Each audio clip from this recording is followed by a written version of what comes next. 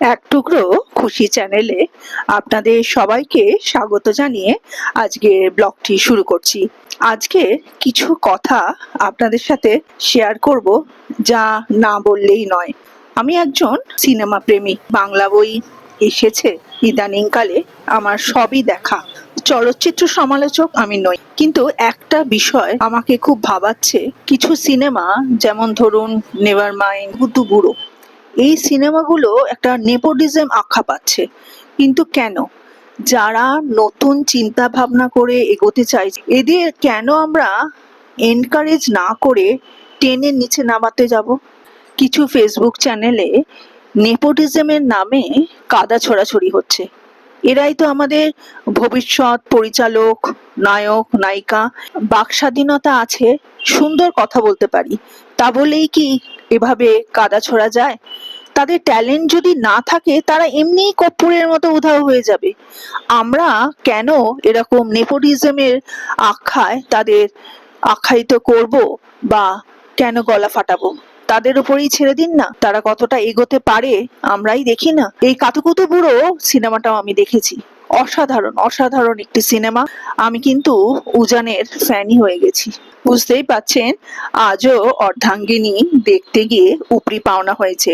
এতটাই বুদ্ধিমান, আপনারা জানেন ঠিক কোন সময় কোন ছবিটার পাশে দাঁড়াতে হবে। এটা আপনাদের শিখিয়ে দেওয়ার প্রয়োজন। আমি শুধু একটা ছোট্ট অনুরোধ করছি আপনাদের কাছে। অনেক সময় আমরা দেখি যে আমাদের অনেক ছবি রিলিজ হয়, সে ছবিগুলো হয়তো আপনাদের কারোর ভালো লাগে না, হতেই পারে, আমারও হয়তো লাগে না, কারণ পোশাক আশাক আপনাদের ভালো লাগলো না, কিন্তু আমি এখানে দাঁড়িয়ে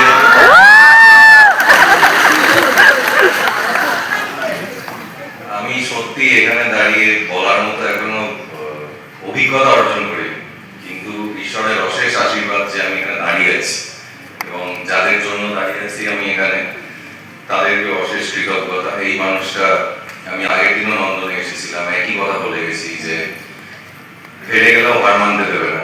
সেটা যত আমার জন্য প্রযোজ্য, বাংলা সিনেমার জন্য ততটা প্রযোজ্য।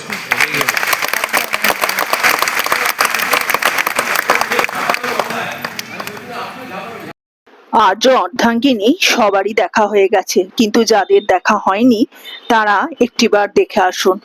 মন ছুঁয়ে যাওয়ার মতো একটি বাংলা সিনেমা। বলা হয়েছে এবং সেটা আমাদের সমাজেও প্রয়োজন যে সবসময় হিরোরাই হিরো তা নয়, হিরোইনরাও হিরো হতে পারে।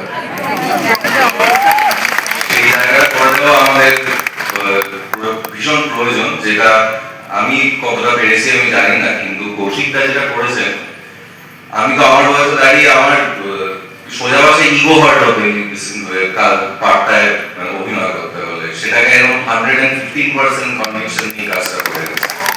সিনেমা দেখে বেরিয়ে নন্দন চত্বরে একটু ঘোরাঘুরি করছিলাম, সামনে চোখে পড়ল একটি নৃত্যশিল্পীর গ্রুপ। সেখানে তারা কিছু নৃত্য পরিবেশন করবে, তাই অনুশীলন চর্চায় রত। তাদের সঙ্গে কথা বলে জানলাম বহু দূর থেকে তারা এসছে এখানে একটি প্রোগ্রামে অংশগ্রহণ করতে। দেখুন তাদের একটু নৃত্যশিল্প।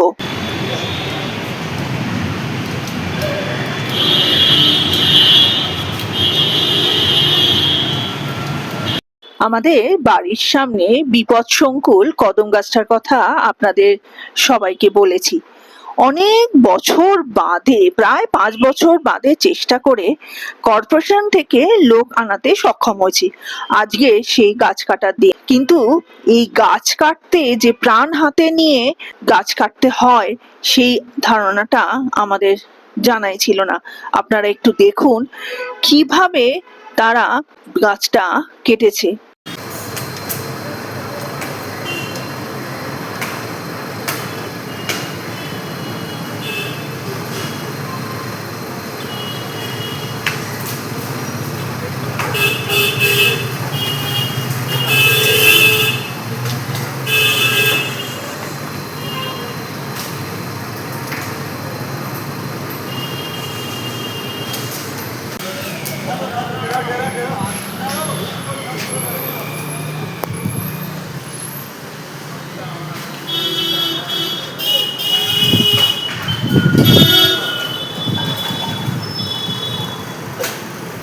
টিভির পর্দায় প্রায় সবাই স্পাইডারম্যানকে দেখিয়েছেন।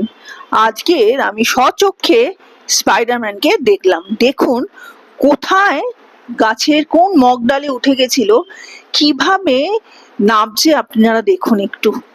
দেখলেন তো কি সাহসের দরকার পড়ে। যাই হোক, এবার চলুন আমেরিকার রথযাত্রার অনুষ্ঠান আপনাদের একটু দেখাই। আমার মামাতো দাদা বৌদি আমেরিকায় থাকে, তারা কিছু ভিডিও আমাদের পাঠিয়েছিল।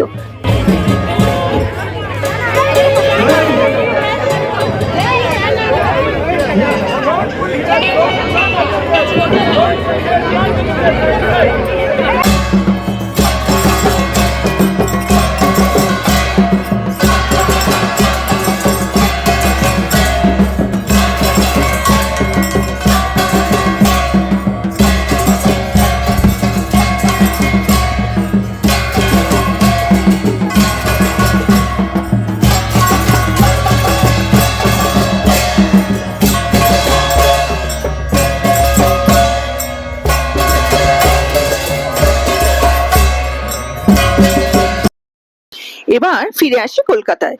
উল্টো রথের দিন আমি একটি বাচ্চা মেয়েকে রথ টানতে দেখে এগিয়ে গেলাম। এই বাচ্চা মেয়েটি যে জগন্নাথ, বলভদ্র, সুভদ্রার যে ছবি এঁকেছে তা অসাধারণ। আপনাদের সঙ্গে শেয়ার না করে থাকতে পারলাম না। দেখুন একবার, ক্লাস 1-এ পড়ে বাচ্চাটি।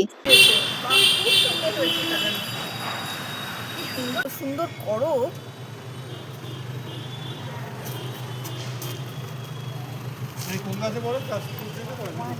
দেখলেন একটা 1-এ পড়ে একটা ছোট্ট শিশু, কি সুন্দর তার নিখুঁত হাতের কাজ।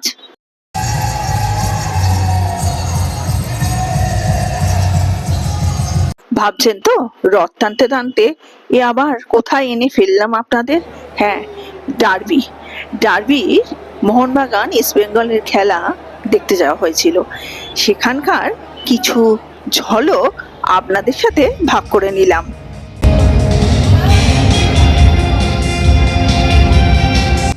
আজ তাহলে আসি, আবার আসবো আর একটি নতুন ব্লগ নিয়ে। ভালো থাকবেন, সুস্থ থাকবেন, খুশিতে থাকবেন। নমস্কার।